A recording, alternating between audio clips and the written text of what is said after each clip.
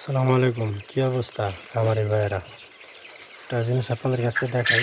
দেখেন, হঠাৎ করে দেখলাম, তাই আপনাদেরকে চাইলাম একটু শেয়ার করার জন্য। দেখেন কত ছোট।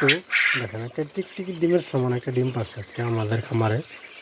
তো এটা কি কারণে হয়, তো আমি যেহেতু আমার সামনে ডিমটা পড়ছে, তো এটা কি কারণে হয় এবং এটার প্রতিকার কি, এটা নিয়ে আমি একটু আপনাদেরকে আলোচনা করি খুব সহজে।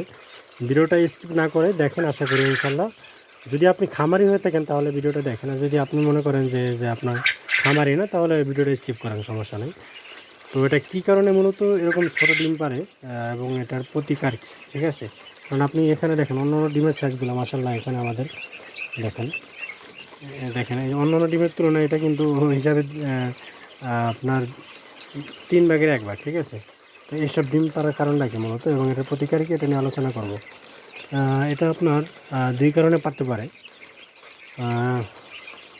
প্রথমত একটা কারণ, সেটা হচ্ছে ভিটামিন এবং ক্যালসিয়ামের কারণে আপনার পাখিরা এরকম ছোটো ডিম পেড়ে থাকে। এটার জন্য আপনারা কী ব্যবহার করবেন? এটার জন্য আপনাকে স্কোয়ারের 2টা মেডিসিন ইউজ করতে হবে। সেটা কি আমি আপনাদেরকে দেখাচ্ছি।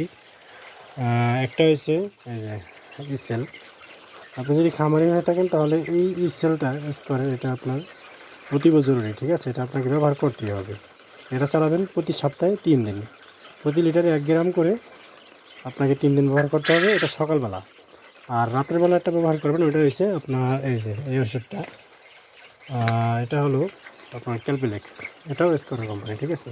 এই দুটো যদি ব্যবহার করে আশা করি ইনশাল্লাহ আপনার এরকম ছোটো ডিম পারবে না এবং ডিমের প্রোডাকশন ভালো থাকবে, ডিমের সাইজও ঠিক থাকবে, আপনার পাখির রোগ প্রতিরোধ ক্ষমতা ভালো থাকবে। ধন্যবাদ।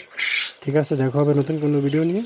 ততক্ষণ ভালো থাকবেন, সুস্থ থাকবেন। যদি নতুন হয়ে থাকেন, যদি আপনি খামারি হয়ে থাকেন, তাহলে অবশ্যই আমাদেরকে ফলো দিয়ে পাশে থাকবেন। ধন্যবাদ সবাইকে।